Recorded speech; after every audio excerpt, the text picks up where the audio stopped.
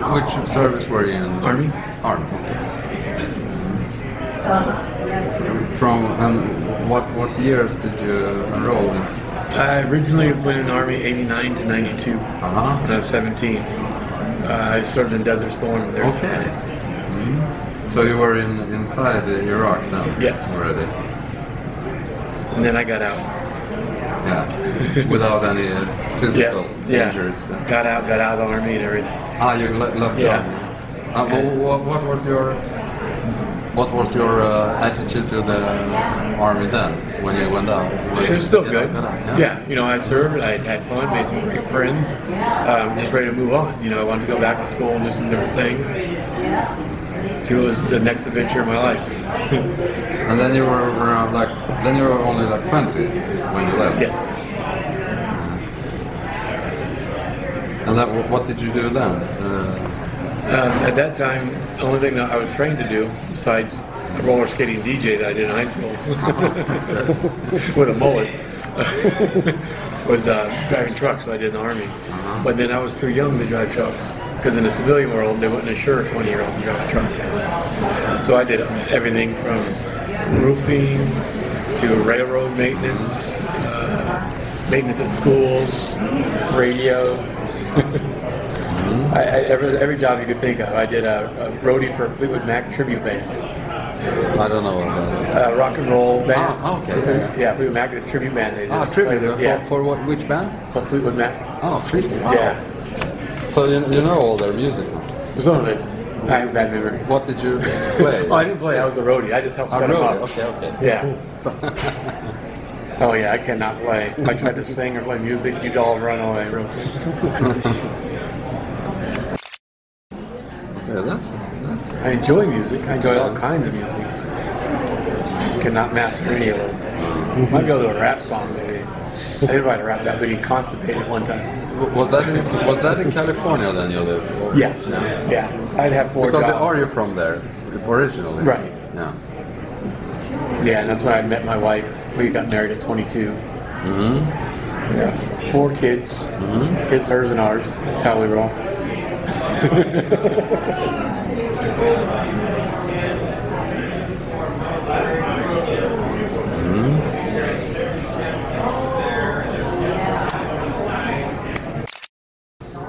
Are you still married? Yep.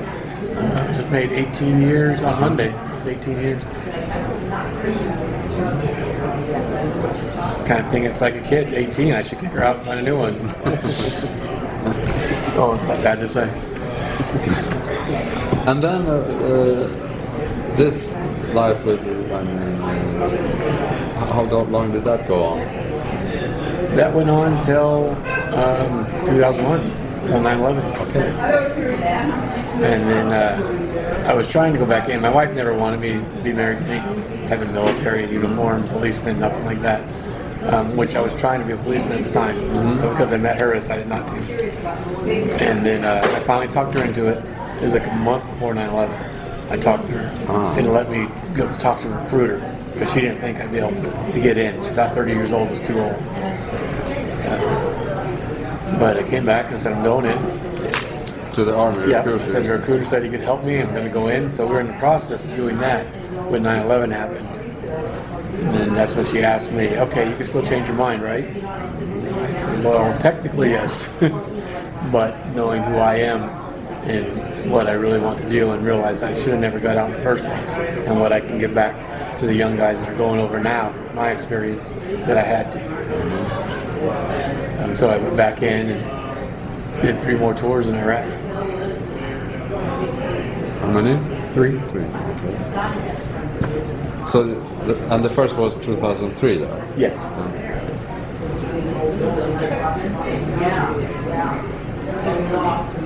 Okay, can you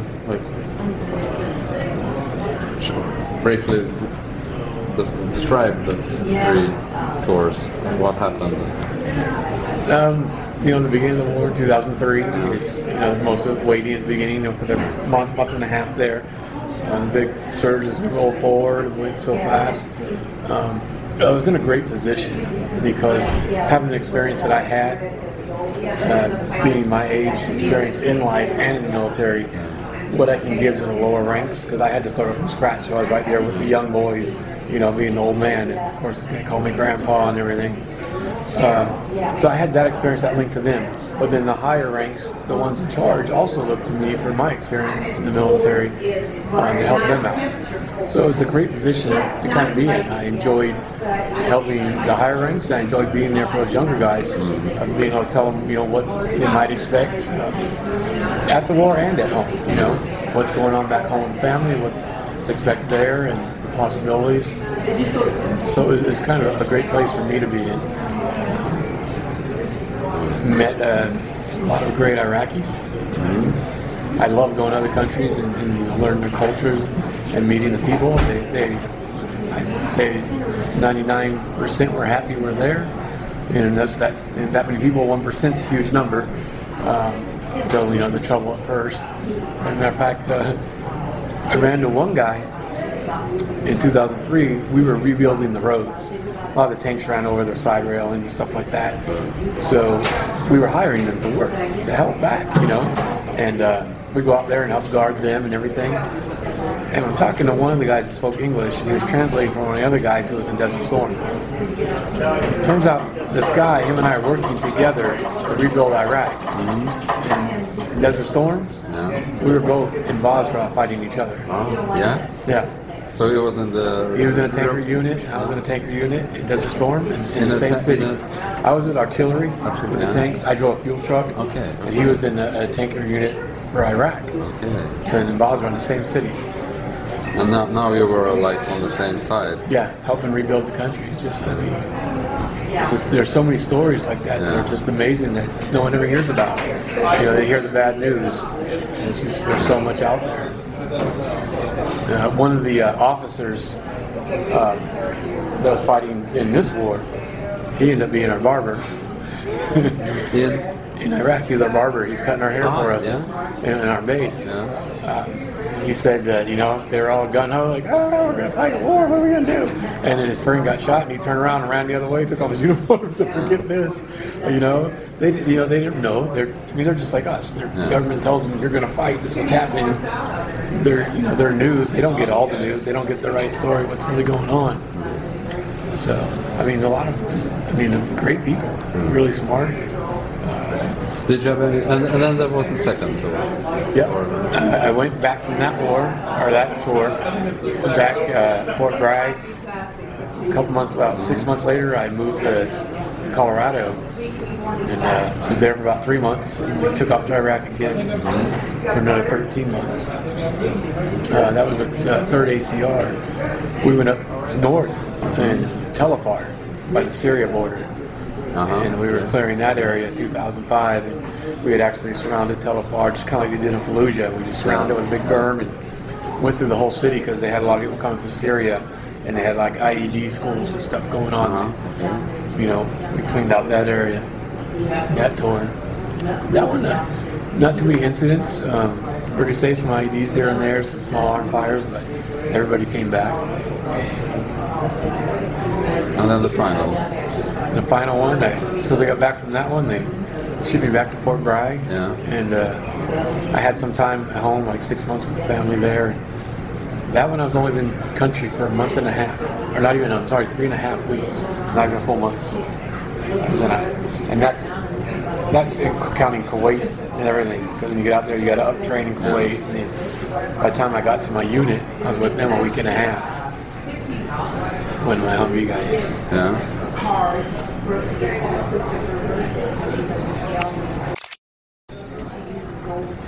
Hey, I got this here. I'm gonna put it up.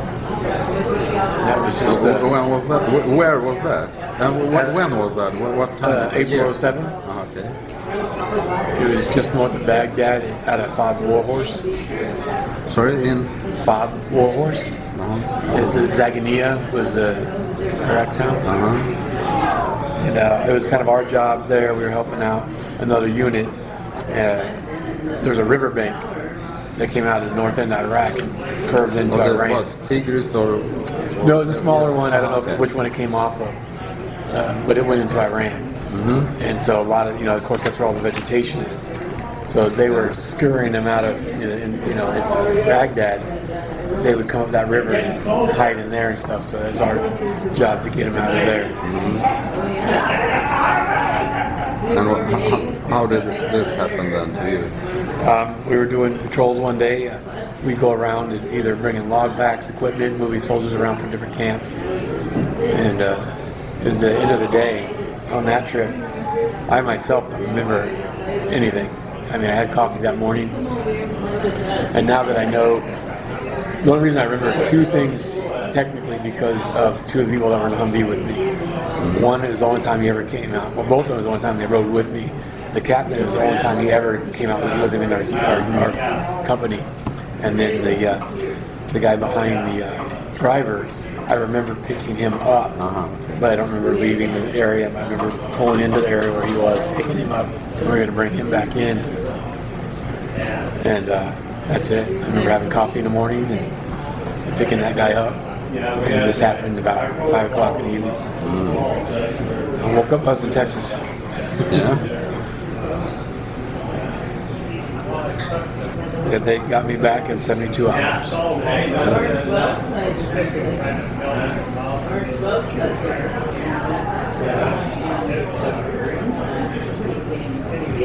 And were you the only one that survived this? Yeah, there's 5 in the Humvee. There's 5 of us in the Humvee. I was the only survivor.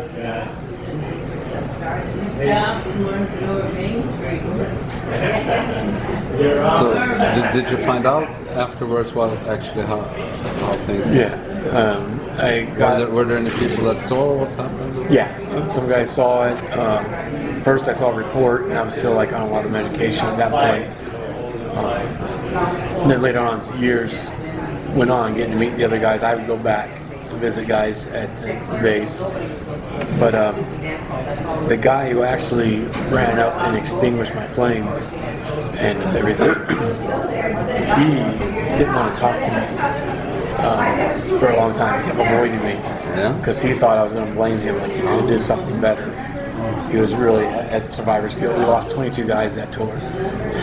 And so he was having survivor's guilt and dealing with all that. So it was like 2 years afterwards, I looked up a family member's grandmother I ended up finding online.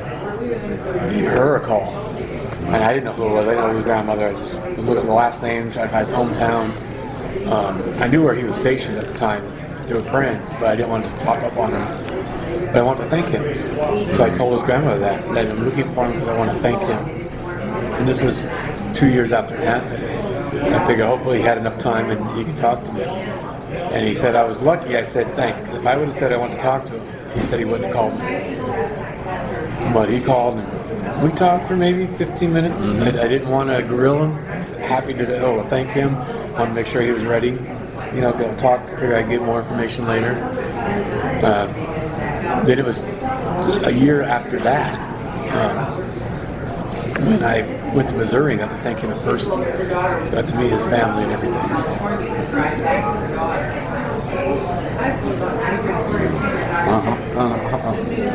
What were the diagnosis of your injuries? I was burnt. 38% of my body was full thickness burns. I mean, it's like all the way through the skin, muscle. My head was burnt to the skull.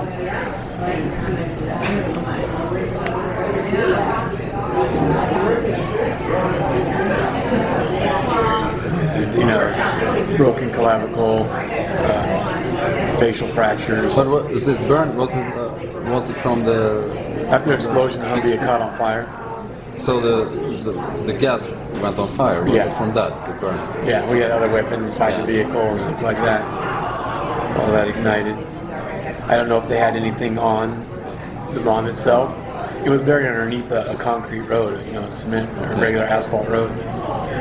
They had buried 3 artillery rounds underneath the road. Sorry, the 3 artillery rounds? 3 artillery. Okay. Yeah, the report said 3 to 4 were buried underneath the center of the road.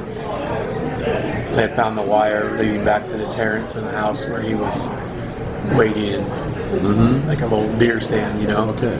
They found out how he laid down, pulled a brick out, lined it up with a tire on the side of the road. I saw the whole report on how it all happened. and all that. So.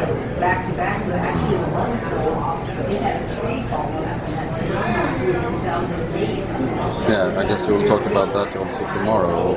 All your Yeah. I go and I talk more kind of about what I was going through the other tours. Yeah.